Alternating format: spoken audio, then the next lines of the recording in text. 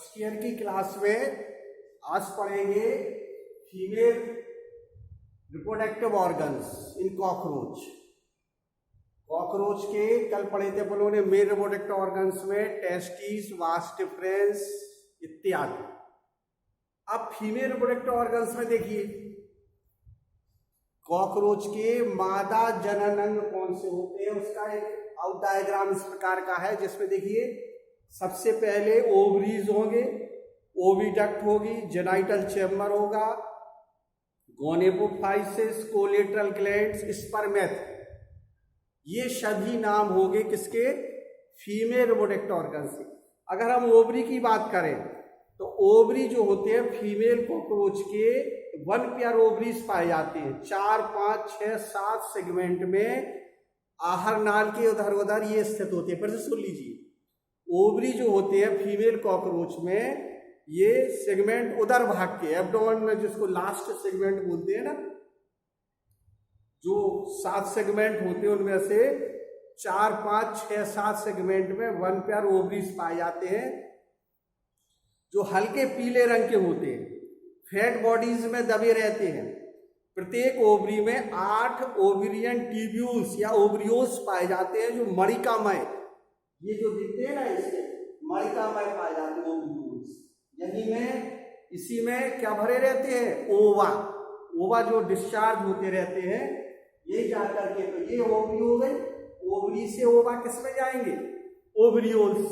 ओवरियोल्स से निकल करके ओविडक्ट, ये देखिए ये ओविडक्ट है दोनों। ओवरी, ओवरी से डिस्चार्ज होंगे ओवा तो कहाँ जाएंगे? ओविडक्ट में। ये दोनों ओविडक्ट हो गई और दोनों ओविडक्ट मिलकर के कहाँ पहुंच रहे हैं? कॉमन ओविडक्ट, जिसको अपन लोग मनुष्य फ्लॉपियन ट्यूब बोलते हैं ना, वही यहाँ पर ये वाला हिस्सा क्या हो जाएगा? कॉमन ओविडक्ट का। तो ये ओवरी, ओविडक्ट, ओविडक्ट जहां मिल रहे हैं वो क्या हो जाएगा? Common oviduct. और कॉमन ओविडक्ट के बाद ये जो भाग दिख रहा है ये है जेनाइटल चेम्बर, जो सबसे महत्वपूर्ण भाग होता है। जेनाइटल चेम्बर कैसे बना? पहले ओवरी, उसी में ओवरियोल्स होंगे, ढेर सारी प्रोसेस होगी, ओवर डिस्चार्ज होंगे, कहाँ पहुंचेंगे? ओविडक्ट में। ओविडक्ट जाकर के लेकर के कहाँ जाएगा? कॉमन ओविडक्ट में। कॉमन ओविडक्ट जाकर के खुलेगा कहाँ पर? जेनाइटल चेम्बर में। कॉकरोच में 7वें सेगमेंट पर जो स्टर्नम बड़ा होता है, बोट शेप्ड होता है, 8 और 9 सेगमेंट में अंदर की ओर धंसा रहता है, ठीक है। और जाकर के ये इसी के अंदर है गोनेपोफाइसिस। गोनेपोफाइसिस में ढेर सारी प्रोसेस होती है। ये जो जेनाइटल चेम्बर है ये सब गोनेपोफाइसिस है, means female reproductive part. Actually में जो हमने उसमें बताया था ना कि स्पर्म डिस्चार्ज होते, स्पर्म जाकर के सीडोपेनिस के द्वारा, गोनेपोफाइसिस के द्वारा वो जाकर के जेनाइटल चेम्बर में आ गए। जेनाइटल चेम्बर में स्पर्म जो है जाकर के ये यहाँ पर प्रोसेस संपन्न करते हैं। प्रोसेस के पहले यहाँ पर एक 2 ब्रांचें दिख रही है, ये सबसे महत्वपूर्ण है। ये कोलेटरल ग्लैंड्स दिख रही है दोनों, जेनाइटल चेम्बर से दोनों ओर क्या है? Collateral glands, left collateral glands और दूसरी तरफ कौन सी है? Right collateral glands.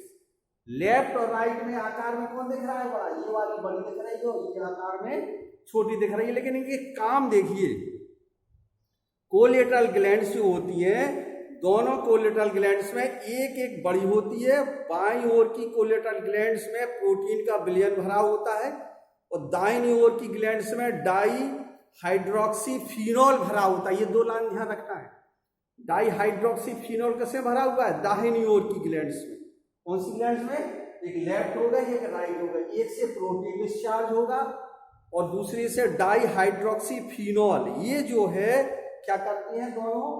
ये भोजन के जो यहाँ पर रिप्रोडक्शन है, जो स्पर्म हुआ मैच्योर हुए स्पर्मेथ की द्वारा, स्पर्मेथ की संरचना इस प्रकार की होती है।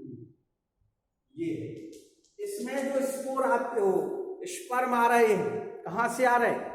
मेल से जो स्पर्म आए हैं वो इसी चेम्बर में स्टोर रहते हैं। इसका नाम है स्पर्मेथ। इसमें है नहीं, दिख नहीं रहा है। स्पर्मेथी में स्पर्म स्टोर रहते हैं और दूसरे शरीर से आकर के कुछ समय ये रुक करके मैच्योर होते हैं, भोजन करते हैं, एक्टिव होते हैं। तो स्पर्मेत्की में क्या है, एक जोड़ी सफेद क्लब शेप्ड जो नर्वस सिस्टम से जुड़े रहते हैं, दोनों ओर में एक एक वाहिनी निकलती है जिनके द्वारा क्या करते हैं, स्पर्म एक स्थान से दूसरे स्थान पहुंच करके इसमें स्टोर रहते हैं, संचित हो जाते हैं। और संचित होकर के ये क्या होते हैं, इनको न्यूट्रिशन मिलता है, भोजन मिलता है, एक्टिव हो जाते हैं।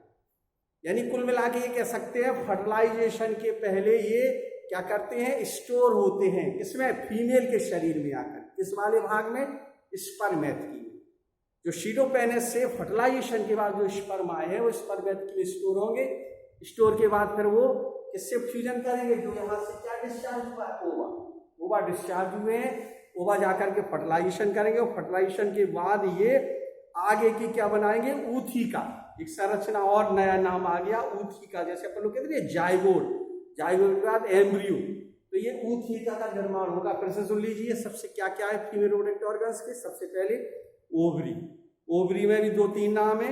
ओवरी में क्या क्या है, ओवरियोल्स जो मणिकामय होता है, इसके 2-3 भाग होते हैं।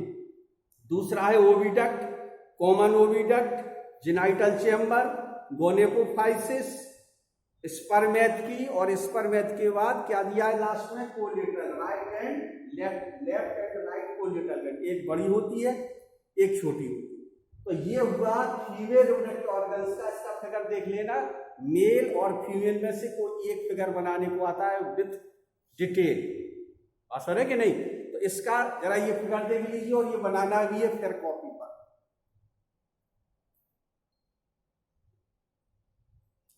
अब देखिए इसके बाद कॉकरोच के मेल रिप्रोडक्टिव ऑर्गन्स और फीमेल रिप्रोडक्टिव ऑर्गन्स। अब दोनों में डिफरेंस क्या हो जाएगा, डिफरेंस का अर्थ ये हो जाएगा इसमें कि जैसे मान लीजिए इससे क्या है स्पर्म और दूसरे से क्या है ओवा, दोनों जाकर के कॉमन ओविडक्ट में फ्यूजन कर दिया। फ्यूजन करने के बाद ये आगे की प्रोसेस संपन्न होती है। क्या क्या संपन्न होती है, इनका सबसे पहले फर्टिलाइजेशन होता है। फर्टिलाइजेशन कैसा है, निषेचन मादा के जेनाइटल चेम्बर में होता है।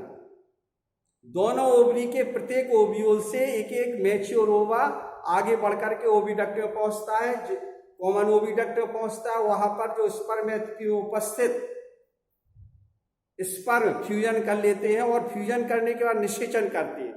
दाहिनी ओर की कोलेटल ग्लैंड से डाइहाइड्रोक्सी फिनॉल बाएं ग्रंथि से प्रोटीन विलयन जेनाइटल चेम्बर में एकत्रित हो जाता है, और इसमें क्या करता है, एक संरचना जो जाइगोट बनाता है उसको ऊथिका का नाम दिया।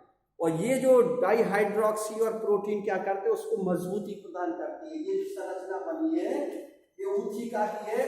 महिलाओं के बटुओं के समान आकृति होती है। जैसे महिलाओं का छोटा बटुआ होता है, लगभग 8 मिलीमीटर लंबा, बाहरी पृष्ठ किनारे महीन आरी के समान दांत होते हैं, बाहरी सतह पर 8 उभार होते हैं। एक ऊथिका में 16 अंडे एक पंक्ति में अरेंज्ड हो जाते हैं।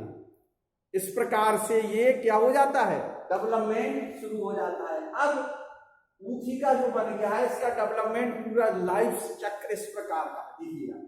ये फिगर दिखा रहे हैं, ये कॉकरोच है, इसका देखिए ये मेल और फीमेल ने इस प्रकार से फ्यूजन किया। फर्स्ट हिस्से से फ्यूजन करते हैं, और फ्यूजन करने के बाद क्या बन जाता है, ऊथिका। ये एब्डोमेन है, ऊथिका बन गया। ऊथिका के बाद देखिए ये दूसरी संरचना बनती है। दूसरी संरचना के बाद ये जो दोनों फिगर बने हुए बोर्ड पे, ये दोनों फिगर, इसके बाद अगली स्टेज क्या बनती है, ये वाली। ऊथिका में के बगल छोटे छोटे जो स्पर्म फ्यूजन, एक में हमने बताया था कि 8 ओवा फ्यूजन करते हैं, तो ये फ्यूजन यहाँ पर ये इस प्रकार से बढ़ते जाते हैं, नए नए कीड़े का निर्माण कर लेते हैं। और कीड़े के बाद ये जाकर के क्या बनता है, छोटा सा निम्फ, एक प्रकार का क्या बनता है, जैसे बोलिए कैटरपिलर लार्वा मेढक का।